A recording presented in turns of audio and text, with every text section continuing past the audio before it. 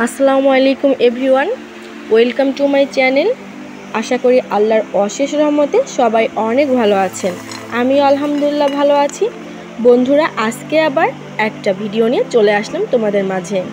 তো আজকে আমি তোমাদের সাথে শেয়ার করব কিভাবে জাম সারা বছর সংরক্ষণ করা যায় আর সহজ পদ্ধতিতে অনেক মজাদার, জিভে জল চলে আসার মতো জাম ভর্তার রেসিপি।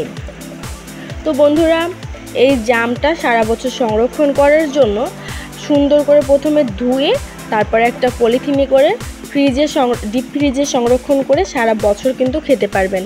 আর আমি কিন্তু সেই প্রসেসেই রেখে দিয়েছিলাম। আর এখন যে জামগুলো দেখছেন আমি পানিতে একটু ভিজিয়ে রাখছি, এটা কিন্তু সেই সারা বছর যে আমি রেখে দিয়েছিলাম সেই জামটাই কিন্তু নিয়ে নিয়েছি। দেখুন, একদম মনে হচ্ছে আবার সেই নতুন জামের মতো।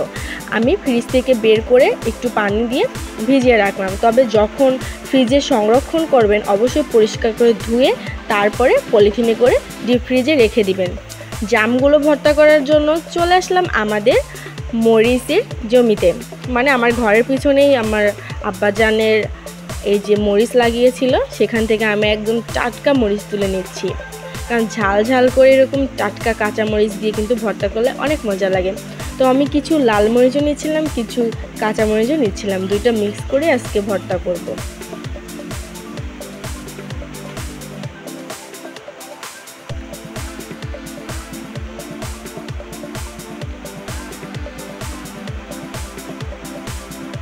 আমি অনেক বেশি ঝাল দিয়ে ভর্তা করব, কারণ আমি অনেক ঝাল প্রেমী।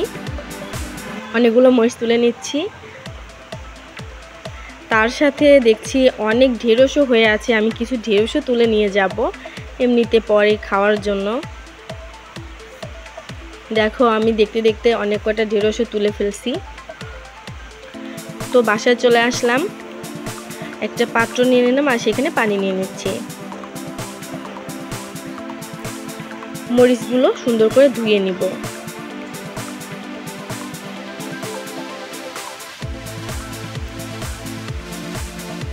এখন মরিচের একটুখানি লবণ দেব।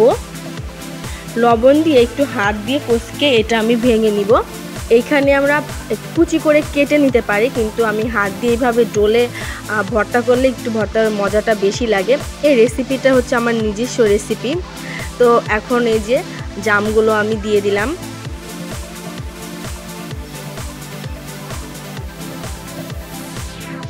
এখন আমি জামগুলোকে সুন্দরভাবে মিশিয়ে নিব আর হাত দিয়ে একটু গলিয়ে নিব।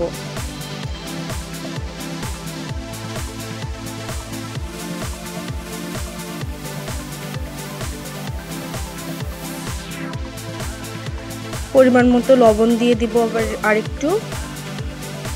এ পর্যায়ে সরিষার তেল ব্যবহার করব।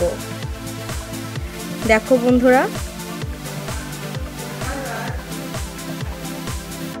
জিভে জল চলে আসার মতো কিন্তু একটা ভর্তা রেসিপি তোমাদের সাথে শেয়ার করে ফেললাম। বন্ধুরা, জাম ফল কিন্তু আমাদের শরীরের জন্য অনেক উপকার। এটি শরীরের হাড়কে মজবুত করে, ডায়রিয়া ও আলসার নিরাময়ে ভূমিকা রাখে। জাম ত্বক টান টান করতে, স্মৃতিশক্তি বাড়াতে কিন্তু ভীষণ কাজ করে। বিভিন্ন গবেষণায় দেখা গেছে জামের নির্যাস ক্যান্সার সৃষ্টিকারী ফ্রি রেডিকেলের কাজে এবং বিকিরণে বাধা দেয়। অরুচি ভাব ও বমি ভাব কিন্তু দূর করে এই জাম। তো আজকের ভিডিওটি কেমন লাগলো অবশ্যই কমেন্টসে জানিয়ে দিবেন, একটা লাইক করতে ভুলবেন না।